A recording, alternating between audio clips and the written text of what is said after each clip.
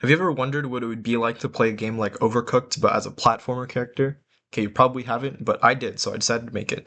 Since this channel has no audience, I'm just going to reintroduce my game again. This is Platformer Kitchen, a game where you play as a little animal chef and serve food to customers. While that's happening, there's environmental obstacles that you have to face and pests that you have to defeat.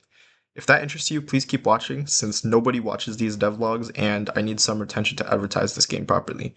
And now this brings me to the whole point of this devlog. I spent almost a year on this thing so far. Can you tell? Probably not. The reason it's been so long since I last made one was because I decided to remake my entire game from the ground up. Why? Well, for one, I'm just lazy. Now, laziness obviously seems like a really dumb reason for restarting a project, but I was lazy for a reason. You see, this game was being made on Unity up until the start of this year, and what I realized was that even though I understood the engine pretty well, and I could get a decent workflow, I really hated it. Now, like I said, it didn't give me much issues, it just didn't have the right workflow I needed. It also doesn't help that a lot of the progress I made in the Unity version ended up not working out for the vision I originally had, and I'm going to go over that really quickly. Now, in most cooking games, like Papa Louie or Overcooked or whatever else, in those games you kind of just grab food and combine it, and it creates whatever food, so you have pretty much infinite combinations of whatever you want to make. But it was always specific to what the customer wanted. And that was never the vibe I wanted with my game. I wanted it to be more like a crafting system. But with the Unity system, I made it so that each plate only ever gave you one thing. You had to find a different plate to craft different items, and that had a few issues. For one, it took way too much space for the longer levels. If there was like 10 recipes in a level, then I needed to dedicate 10 different spaces, just so you could serve food for the customer. Now, two, it was just inconvenient. The player always had to go to a specific spot just to serve one item, and in my opinion, that's just stupid. And three, it doesn't give the player that much freedom. I want players to be able to navigate through the levels however they want, hence why I also have three other characters with slightly varying movement. I'm going to go over that a little bit more later. But in general, the fix I did on Godot was pretty simple. Just made sure the plate gave you all the options you need, and you select that once you go up to it. Now, levels can be much less crowded, and you can move around a lot more. Now, speaking of moving around a lot more, movement also sucked. I don't know why, but when I made it in Unity, I just crammed a bunch of random junk into a bit of code and hoped it worked. It didn't. It was playable, but for the most part, really unsatisfying. And there was also another gimmick that involved the idea of throwing food to boost you forward, so it'd kind of propel you if you tossed it, but it didn't really work that well, and using it was way too situational to be worth being in the game, so I decided to cut it. I did substitute it for something else that's a bit similar, but it still fits with the platformer vibe much more, and I'll get to that in a little bit as well. But yeah, for the most part, those were the two main issues in my Unity version. There are a few things I haven't put back into Godot yet, but those are the things I'll deal with soon. One of those things I didn't add is combat, mostly because the idea is still pretty unfinished. It was just health based, and then combat was based on throwing food, kind of in the same way it'd propel you. But there was something really unsatisfying to me about having to aim all of your attacks at the cost of the food you were using to cook, and yeah, that was just annoying. My current idea, which I'm testing out, is just a can of bug spray that you use situationally. It'd be like the fire extinguisher in Overcooked in a way, although I'm trying not to directly rip off every feature from it, so it's a work in progress. Anyway, I'm going to show off two of the new features I've added now. The first one is the roll mechanic.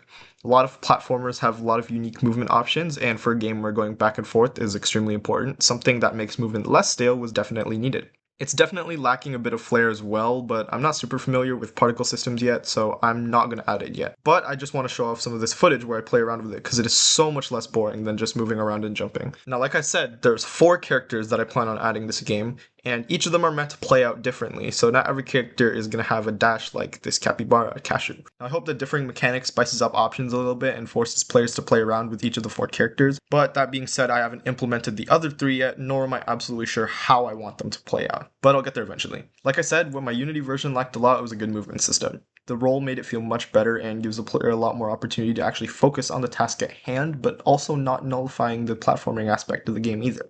And when I add those other 3 characters, I'm hoping they'll do the same thing, just in slightly different ways. Now, the other new feature is the customer system, and needless to say, it's pretty complicated, but I'll explain it anyway. I didn't mention this earlier, but another one of the initial plans I had in the Unity version was to make each level focus on a different customer.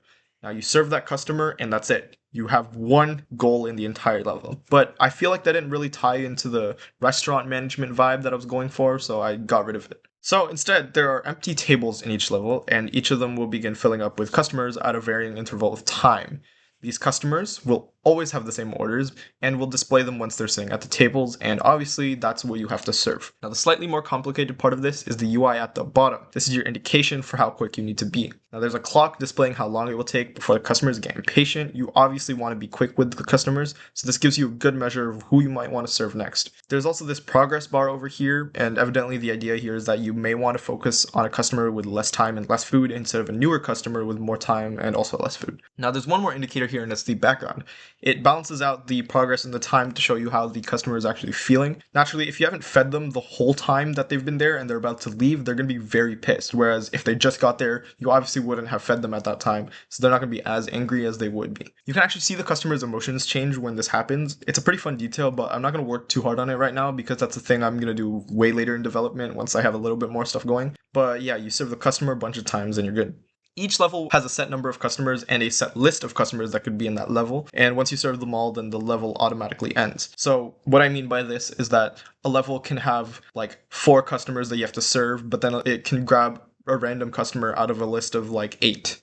So you could technically have like a lot of different runs. And for the most part, that's pretty much the basic loop of this game. You cook food, you serve customers, you cook food, you serve other customers. Later on, there's also going to be the fact that you have to get rid of pests, or you have to be really quick. And I'll go over that probably in like the next devlog, but I have everything like listed down, so it's okay. But the main idea I want to get across is that you have to manage cooking with careful platforming, rooting unwanted species, and speed. This obviously doesn't look too difficult now, but it will be later in the game once I add like a lot of chaotic elements. But for now, that's all I'm going to show off. I will be making another devlog very shortly after this one, since I've been working hard on this game for a while. There's at least 2 on their way after this one that I have planned. In fact, I might have 3 at this point. Now, normally in devlogs, this is the part where they ask you to wishlist the game on Steam. But since I'm 16 and there's like legal information involved that requires you to be 18, I can't set up a Steam page just yet. So instead, I'm going to ask you to just subscribe, or at the very least interact with this channel in some way, comment, like, I don't really care. Just something that I can do to reach the game dev algorithm a little bit more. I don't like it when people beg you to subscribe and stuff, but this is like the only thing I can actually get, so, you know.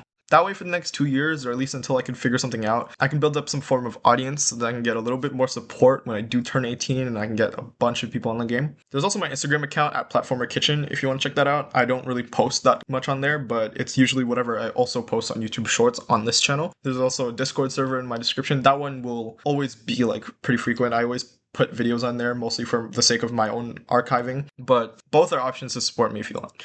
Naturally, if you are interested in this little platformer cooking experience, it would be pretty appreciated if you do either of those 3 things. And if you do, I hope you stay tuned for the next videos. But for now, that's all I have, so goodbye.